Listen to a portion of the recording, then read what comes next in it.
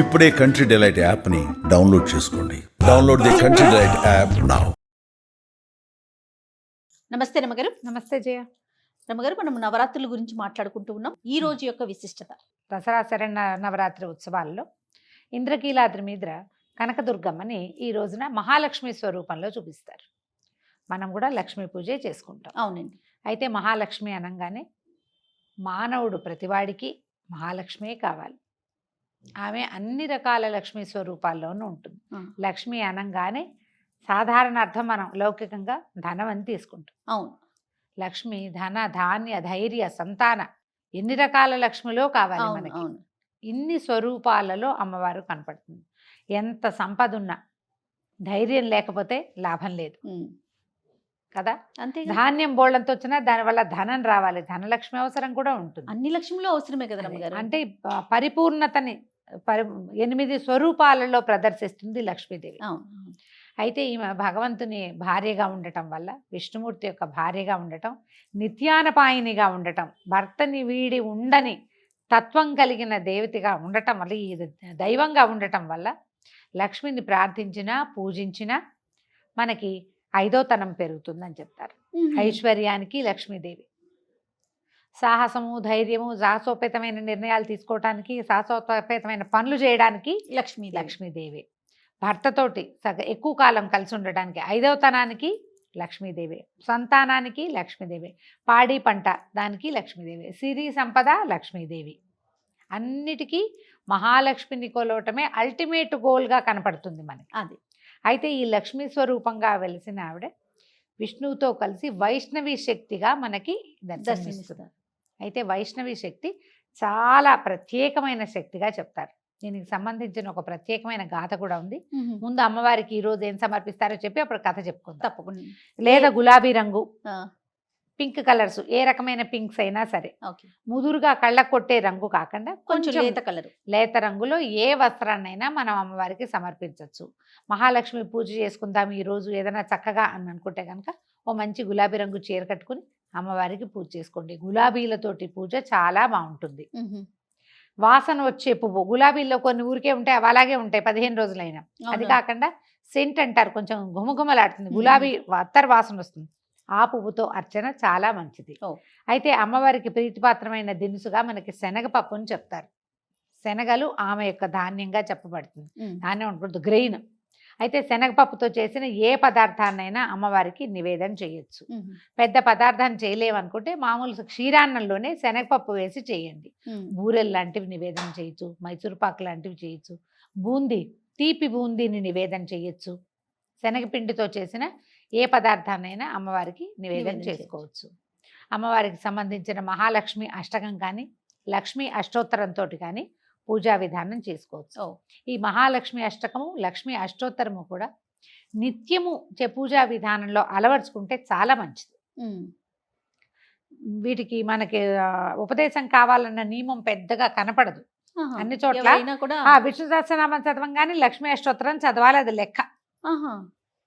లక్ష్మీ అష్టోత్తరం చదివితే లక్ష్మీ అష్టోత్తరమే చదువుకోవచ్చు, కానీ విష్ణు సహస్రనామం చదివితే మాత్రం లక్ష్మీ అష్టోత్తరం చదవాలి. వీళ్ళిద్దరిని పక్క పక్కన చదువుకోవటం వల్ల ఇది మంచిది. ఇప్పుడు పొద్దుటి పూట మనం ఏదో హడావిడిలో ఉంటాం, గబగబా లక్ష్మీ అష్టోత్తరం చదువుకుని పూజ చేసుకుని వెళ్ళొచ్చు. మనం విష్ణు సహస్రనామం చదివినప్పుడు కనుక లక్ష్మీ అష్టోత్తరాన్ని కూడా వెనకాల చదవటం అలవాటు చేసుకుంటే ప్రయోజనం ఎక్కువగా ఉంటుంది. ఒక పదము దాని అర్థం ఎలా ఉంటాయి, విడదీయరాని సంబంధం, అంతే, కలిసి ఉంటాయి. వీళ్ళిద్దరు కూడా అలాగే కలిసి ఉంటారు. ఈ కలిసి ఉండే దేవతలు ఇద్దరిని కూడా, విష్ణువుని లక్ష్మిని కలిపి ఆరాధిస్తే చాలా మంచిది, ఎక్కువ ప్రయోజనకారిగా కనపడుతుంది, బాగుంటుంది చేయగలిగితే. లేదా లక్ష్మీ అష్టోత్తరం చేసుకోండి. లక్ష్మికి అష్టోత్తర శతనామావళి అంటే ముందేదో స్తోత్రం ఉంటుంది కదా, ఫలశ్రుతి స్తోత్రం ఉంటుంది, ఎవరెవరికి చెప్పారు కనపడుతుంది. ఒట్టి నామాలు ప్రకృతి వికృతి విద్యం, ఓం ప్రకృతి నమః, ఓం వికృతి నమః, ఇలా కూడా పూజించుకోవచ్చు. కుంకుమార్చన చాలా విశేషంగా లక్ష్మీదేవికి ప్రీతిపాత్రం. పువ్వులతోటి చేసుకోండి. అది కుంకుమార్చన మనం ఎక్కువ కుంకుమార్చన చేయకూడదని చెప్పుకుంటాం, అందుకని ఈ రోజున అష్టోత్తరంతో పువ్వులు చేసుకోండి. ఏ అష్టోత్తరంతో అయినా పువ్వులను అర్చించుకోవచ్చు, ఎన్ని పువ్వులైనా సమర్పించుకోవచ్చు. ప్రత్యేకంగా చేమంతి పువ్వులు కూడా ఈమెకు ప్రీతిపాత్రం అని చెప్తారు. ఇప్పుడు దొరుకుతాయి కదా ఈ సీజన్లో బాగా, చక్కటి చేమంతుల్ని అమ్మవారికి అర్పించి బాగా విశేషంగా అలంకరించి కనుక పూజా విధానం జరుపుకుంటే అద్భుతమైన ఫలితం లభిస్తుంది. కథ గురించి చెప్తాం. పూర్వం అయోధ్య నగరానికి ఒక రాజుగారు ఉండేవారు, ధ్రువసంధి ఆయన పేరు. ఆయనకి 2 భార్యలు, వాళ్ళకి 2 కుమారులు. అయితే 2 భార్యల్లో పెద్ద భార్య కుమారుడు కొంచెం కాస్త మెతకగా ఉండేవాడు, పిల్లవాడు అమాయకుడు. రెండో భార్య కుమారుడు యుధాజిత్తు, శత్రుజిత్తే, బాగా ఉత్సాహంగా ఉంటాడు. పెద్ద భార్య కుమారుడు సుదర్శనుడు, అతను కొంచెం మెతగ్గా అమాయకపు పిల్లవాడు. ఎవరికి రాజ్యం ఇవ్వాలి అన్న ఆలోచన మామూలుగా మాటల్లో వచ్చినప్పుడు కూడా ఏమనేవాళ్ళు, రెండో భార్య కుమారుడు యాక్టివ్, సుదర్శనుడు నిదానస్తుడు, అతనికి ఇవ్వకూడదు అనుకునేవాళ్ళు. అయితే ఇలా రోజులు గడుస్తూ ఉండగా ఒకసారి ఈయన ఏదో అనారోగ్యంతో, వేటకెళ్ళినప్పుడు అనారోగ్యంతో ఈయన మరణించాడు రాజుగారు. మరణించేసరికల్లా ఇప్పుడు రాజకుమారుల్లో ఎవరికి రాజ్యం ఇవ్వాలి, వీళ్ళు ఏదో యుద్ధం చేసుకున్నారు. అయితే ఆ పెద్దరాణి గారి తండ్రి, చిన్నరాణి గారి తండ్రి ఇద్దరు దిగారు రంగంలోకి. ఇద్దరు రంగంలోకి దిగితే ఇక వాళ్ళ యుద్ధంలో చిన్నరాణి గారు, పెద్దరాణి గారి తండ్రి మరణించాడు. తండ్రి సహాయం లేకపోయేసరికల్లా ఈ పెద్దరాణి గారైన మనోరమాదేవి ఆవిడ ఏం చేసిందంటే పిల్లవాడిని తీసుకుని పారిపోయి, నేను బాగా వివరం చెప్పట్లా, చకచక చెప్తున్నా అదేలేండి. ఆమె ఏం చేసింది, ఎప్పుడైతే తండ్రి మరణించాడని యుద్ధరంగం నుంచి వార్త రాగానే ఇక నా పని దాస్యమే, నా పిల్లవాడికి సరైన వైద్యాభ్యాసం కూడా లభిస్తుందో లభించదో, బతుకుంటే బల్సాకు తినచ్చు, అమాయకుడైన పిల్లాడు. పుట్టింటికి వెళ్ళిపోయిందా? పుట్టింటికి, అది ఎక్కడికో, పుట్టింటికే ఉంది, తండ్రి చనిపోయాడు, ఇంకెక్కడికి వెళ్తుంది పుట్టింటికి, పుట్టిల్లు లేదు, ఇక అవకాశం లేదు. అయితే ఇవిడ ఏం చేసిందంటే ఒక దాది, తర్వాత అంటే పిల్లవాడికి సహాయం చేయడానికి ఒక దాదిని, తర్వాత విదల్లుడనే ఒక మంత్రి, అతనితో కలిసి పారిపోయింది. విదల్లుడే ఈ వార్త తెచ్చాడు, మీ నాన్నగారు చనిపోయారమ్మా అని. పారిపోయింది ఆమె. పారిపోయి ఇక రథంతో అలా వెళ్ళి వెళ్ళి వెళ్ళి వెళ్ళి కాశీనగర సమీపంలో భరద్వాజాశ్రమానికి చేరిపోయింది. అయితే ఈ విదల్లుడు అనే ఈయన కొంచెం తృతీయ ప్రకృతి, కొంచెం నాజూకుగా అలా ఉండేవాడు. ఈ పిల్లవాడిని అక్కడే పెంచుకుంటున్నారు. ఎప్పుడైతే ఈ తాత మనవడు, రెండో భార్య తండ్రి, రెండో భార్య కుమారుడు యుధాజిత్తు, శత్రుజిత్తు, వీళ్ళకి తెలిసింది వీళ్ళు ఇక్కడ ఉన్నారని. ఆయన వచ్చాడు భరద్వాజాశ్రమానికి, ఈవిడ నాకు స్వాధీనపరచు మనోరమాదేవిని, అంటే మా శత్రువు లేకుండా చేసుకోవాలి, అలా అంటారు కదా, శత్రుశేషం లేకుండా చేయాలి. ఏనాటికైనా రాజ్యానికి జ్యేష్ఠుడే అర్హుడు, ఆ జ్యేష్ఠుడు ఇక్కడ బతికుండగా నా మనవడికి రాజ్యం కుదరదు కాబట్టి పిల్లవాడిని అప్పచెప్పంటే భరద్వాజ మహర్షి ఒప్పుకోలేదు. ఎట్టి పరిస్థితుల్లో చెయ్యను, నువ్వు యుద్ధానికి తెగబడతావా, నీ సంగతి నేను చూస్తానన్నాడు. దాంతో యుధాజిత్తు, శత్రుజిత్తు వెనక్కి వెళ్ళిపోయారు. ఇంకేం చెయ్యాల వాళ్ళు. ఇక్కడే రాణిగారు పిల్లాన్ని పెంచుకునేది. ఈ పిల్లవాడికి 10 సంవత్సరాలు అలా వచ్చినప్పుడు ఓసారి ఎప్పుడో ఒక చెట్టు కింద నుంచుని ఉండగా ఈ ఆశ్రమంలో చాలామంది విద్యార్థులు ఉండేవాళ్ళు. వాళ్ళల్లో కొంతమంది ఈ విదల్లుండి చూసి క్లీబా క్లీబా అనేవాళ్ళు. క్లీబా అంటే తృతీయ ప్రకృతి, సంస్కృతంలో చాలా పదాలు ఉంటాయి, తృతీయ ప్రకృతి అని చెప్తున్నాను కదా. ఈ క్లీబా అయితే వాళ్ళు క్లీబ్ అని ఎక్కిరివింతగా అనమాట, ఉట్టిగా క్లీబా అంటే నన్నే అన్నావు అంటారు. కానీ క్లీం బీజాక్షరం కదా రమ్మగారు. అవును, అది వినపడింది. ఈ క్లీబాలో నుంచి కుర్రాడికి ఏం వినిపించింది, క్లీం అని వినిపించంగానే ఉత్సాహంగా తోచింది అక్షరం ఏంటో. ఊరికే పిల్లలు ఏదైనా ఒకటి కనపడితే అంటూ ఉంటారు కదా, ఆ క్లీం క్లీం క్లీం క్లీం అంట మొదలుపెట్టాడు. లోపల బయట కూడా క్లీంకారమే వదిలిపెట్టల. ఆ క్లీము ఎంత అయిపోయిందంటే కొన్ని లక్షల సార్లు అన్నాడట. పునశ్చరణ జరిగేసరికల్లా అందులో నుంచి, ఆ వైబ్రేషన్లో నుంచి శక్తి బయటకు వచ్చేస్తుంది. వైష్ణవి బీజం, క్లీంకారం. అయితే వైష్ణవ శక్తి అతనికి గరుడారూఢగా అమ్మవారు కనిపించేసింది. కనిపించి వీడికి ఒక ధనుసు బాణాలు ఇచ్చింది సుదర్శనుడికి. ఆ ధనుర్బాణాలతోటి ఇతను చక్కగా అస్త్ర విద్యలు నేర్చుకున్నాడు. పిల్లవాడిలో ఏదో మార్పు వచ్చిందని తెలిసింది కానీ వాళ్ళకి తెలియలా. మనం రోజు చూస్తున్న పిల్లల్లో మార్పు ఉండదు. ఓ 2 నెలల తర్వాత మన ఇంటికి చుట్టాలు వస్తే, అబ్బో మీ అమ్మాయి సాగిందే, మీ అబ్బాయి పొడుగయ్యాడే, నువ్వు కొంచెం తెల్లబడ్డావు, నువ్వు కాస్త సన్నబడ్డావు, ఇలాంటివి చెప్తారు. బయట వాళ్ళు ఎవరూ రాకపోవడంతో వీళ్ళకి తెలియలేదు కానీ పిల్లవాడిలో మార్పు వచ్చేసింది. ఏదైనా సరే విద్య వల్ల ఎలాంటిది లోపల విద్వత్తు ఏదైనా ఏర్పడింది అనుకో, ముఖంలో ప్రకాశం వస్తుంది ఆటోమేటిక్గా. అయితే ఏమైంది, కాశీ రాజ్యానికి ఓ రాజుగారు ఉన్నారు, ఆయనకు ఒక కూతురు ఉంది. ఆ అమ్మాయి పేరు శశికళ. శశికళ సుదర్శనుల కథ ఇది. ఈ శశికళకి ఒకనాడు కలలో అమ్మవారిని ప్రార్థిస్తే అమ్మవారు ఈ నీకు కాబోయే భర్త వీడేనని ఈ సుదర్శనుడిని చూపించింది. ఆ అమ్మాయి ఆ సుదర్శనుడి మీదే ప్రాణాలు పెట్టుకుని ఉంది. అతను ఎక్కడున్నాడు అనేది తెలుసుకుంది. ఆ అమ్మాయికేమో స్వయంవరం ప్రకటించేసరికల్లా ఈ అమ్మాయి ఇక్కడికి కూడా పంపించింది. ఈ లోపల రాజుగారికి కూడా ఈ అయోధ్యానగరాధిపతి జ్యేష్ఠ కుమారుడైన సుదర్శనుడు ఇక్కడ ఉన్నాడని, రాజకుమారుడు ఉన్నప్పుడు మనం ఆహ్వానం పంపాలి కదా, ఆహ్వానం వచ్చింది, రథం కూడా వచ్చింది. రాణిగారు ఆశ్చర్యపోయింది ఇదేమిటి అని. కానీ ఏం చేసింది, కుమారుడితో కలిసి వెళ్ళేసరికల్లా ఆ శశికళ ఏమో అందరి రాజకుమారుల్ని వదిలిపెట్టేసి సుదర్శనుడిని పెళ్లి చేసుకుంటానని. రాజ్యం లేదు, క్షత్రియ రాకుమారుడు అయినప్పటికీ. దాంతో మిగిలిన రాజులందరూ పోట్లాడారు.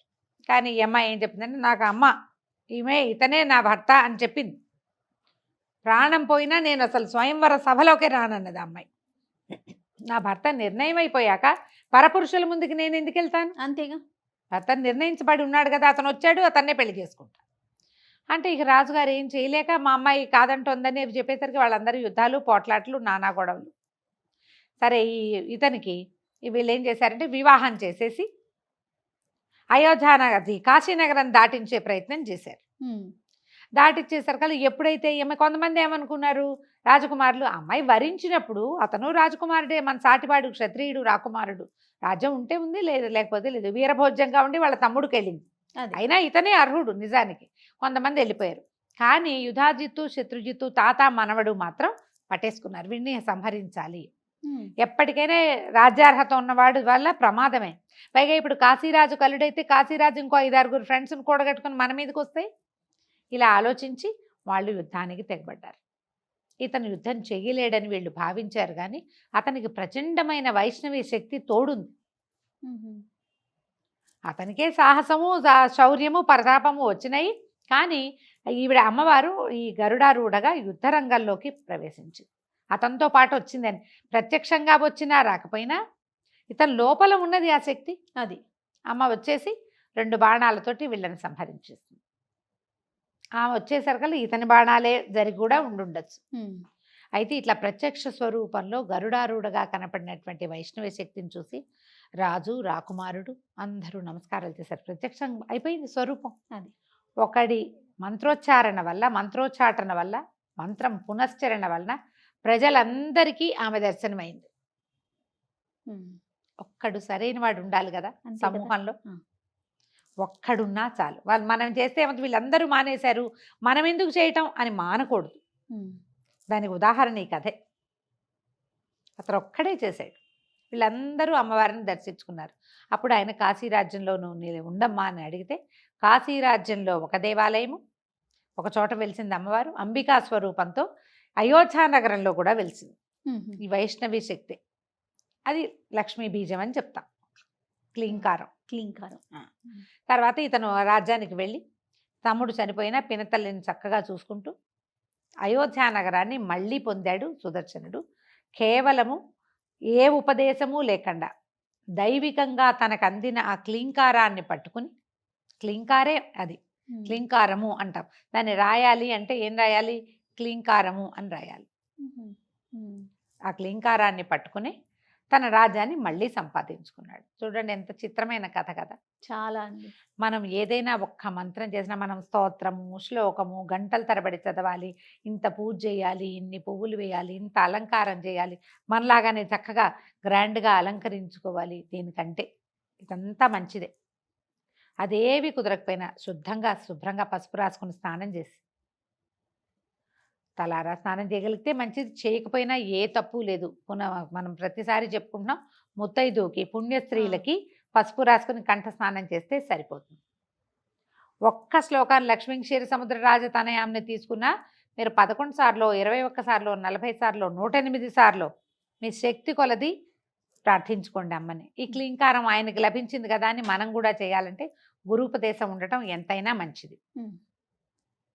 లేకపోతే మనం ఇట్లా ఒక్క శ్లోకాన్ని తీసుకుని, ఏదైనా ఒక్క స్తోత్రాన్ని తీసుకుని కూడా అమ్మని ప్రార్థిస్తే, ప్రతిరోజు ప్రార్థన చేసుకుంటే కనుక లక్ష్మీ అనుగ్రహం అన్ని విషయాలలోనూ మనకి లభిస్తుంది. ఒక ధనమే కాకుండా ఆరోగ్యం సిద్ధిస్తుంది, ఐశ్వర్యం సిద్ధిస్తుంది, 5వ తనం సిద్ధిస్తుంది, అఖండ సౌభాగ్యవతిగా ఉండాలి కదా. అంతేగా మనం ఏం పూజ చేసుకోవాలన్నా అన్ని రకాల ఐశ్వర్యాలు లభిస్తాయి.